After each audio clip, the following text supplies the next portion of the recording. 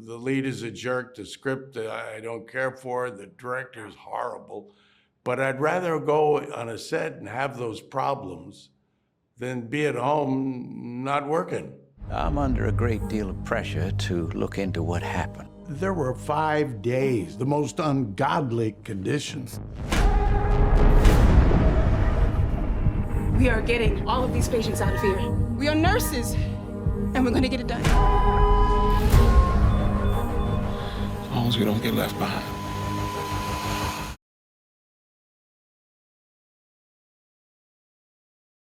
Hey, it's Jim Alexander with Real Talker. Robert, how's it going? Good, Jim. How's it going with you? Not too bad. I heard, from watching you as a doctor, I've heard you've done so well that your next role is a doctor role too. So I guess we're on to something, right? Well, you heard that I'm doing another doctor? Yeah. I didn't hear that. So that's at least according to IMDb. That's what they're telling me. That really? Well, yeah, maybe behind I've locked been doors. cast in something I don't know about. Well, apparently it's a doctor role. So good news here.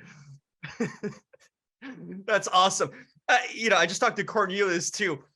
You've been doing great work before I was even a thought to be born. Okay, so you've been at this for a long time. What appeals to you about roles these days? Because I felt like a role like this makes sense for you in a sense at this point of your career. But have you done anything similar to this before, or a role like this? And I guess it's saying how did it stand out to you? I've told people that this is the best professional experience I've ever had. Wow. And that includes the role, it includes the script, it includes everything. Because when we first started this, I was up, we all went to Toronto. This is about the eight of the core cast, the people you've been speaking to today. Mm-hmm. And we had to be quarantined for 14 days. And early on in the quarantine, we got together on Zoom with the producers, John Ridley and Carlton Hughes.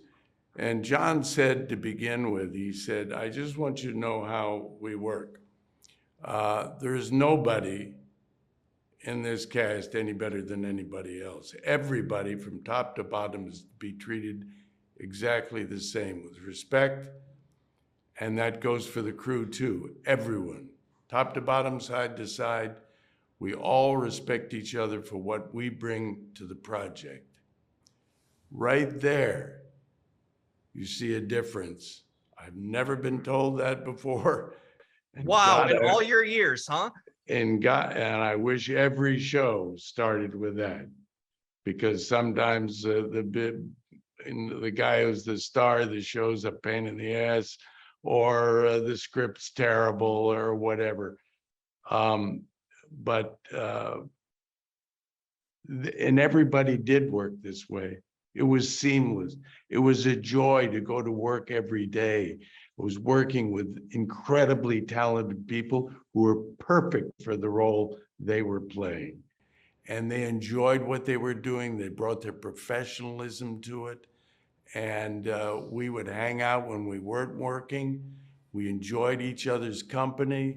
I know we will be friends for the rest of our lives.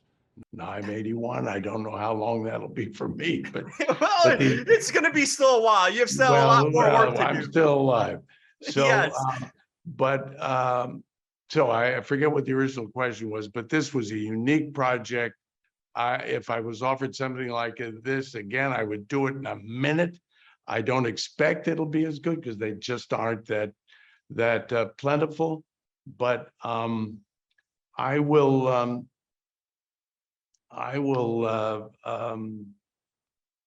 I hope something like that comes along.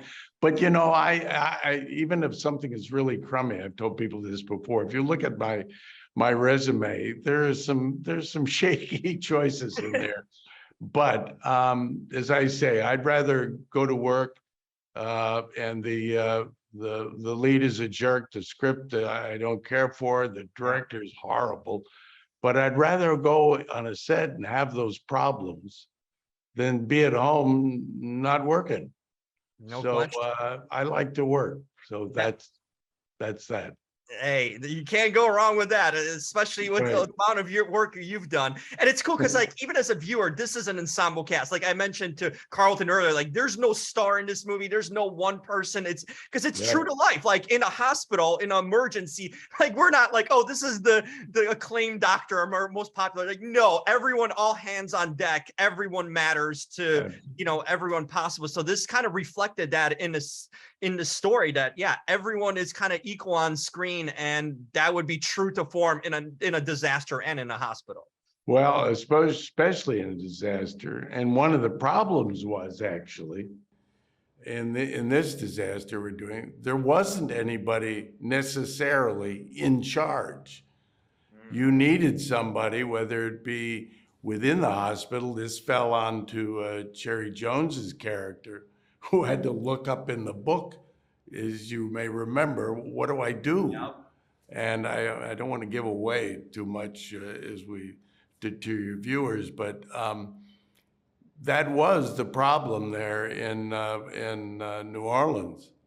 There was no let's call crisis central. I mean, forget it. The mayor wasn't in charge. Nobody was in charge. You didn't know where to go to say help. You didn't know to go say, when can you send a helicopter here?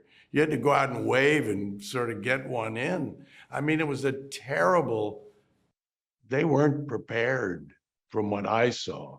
Yeah. And this is only my opinion, but I can imagine that being true. And, in a sense, this should have been kind of a warning to what happened during COVID when initially hit. Like we weren't prepared my sister's a nurse, so I kind of had firsthand knowledge of what was going on in the hospitals. But it was the same thing sort of thing. It wasn't as much preparation, knowing that ventilators, all these things we heard about on TV, that were going on too. And it's like, you'd hope at some point we get ready for these sort of disasters that they're possible. Well, I think, I mean, I don't know what the minutia was there that which they overlooked, but it did descend on us very quickly. And I don't think, just my we didn't have a lot of leadership, where it counted in Washington. So, those doctors, it wasn't their fault. In ventilators, they didn't have enough. You can't make ventilators overnight, and that's one of the terrible things. And that's one of the parallels here. What if you have 3 ventilators and 8 patients need them? Which 3 get to live, and what 5 we're just gonna have? You're gonna be on your own. Yeah, it's sort of like a God theory, thing. Like whose life is more important? That's crazy to think that you have to choose and pick. It's a terrible thing, and we saw, I mean, firsthand with COVID. Every night on the news, they'd be, doctors, nurses would be crying because in the pressure they were under. And unfortunately, a lot of these caregivers have quit, which is a shame, because they couldn't take that. They got burned out. Yeah. No, I've heard it firsthand. Yeah. So, yeah. I think, it's cool that you've done so much in your career, but like to do a show where you can kind of show attention to the real heroes in a sense, and do justice in a sense, and presenting them for their efforts that, people that we didn't for years acknowledge or respect enough, the nurses and the doctors for it. So I'm guessing that's kind of rewarding to be part of that and to shed the light on that. It's very rewarding to be part of that, if that is one of the outcomes of what a takeaway from this show is, certainly.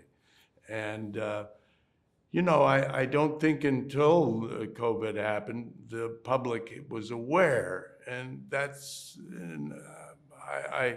you can only say it so often, but they weren't aware until this. And it's glad that it's not good that it happened, but that that's a one positive takeaway from that, that the appreciation for what these caregivers go through, so that when they're in the hospital with something serious, hopefully not death, but defined, they can appreciate what these people do. Terrific job. Hope to see you continue working for years on end. You have a lot more. Well, thank you very much. I appreciate that. And good luck Take to care, you Robert. too. Okay, Bye-bye. take care.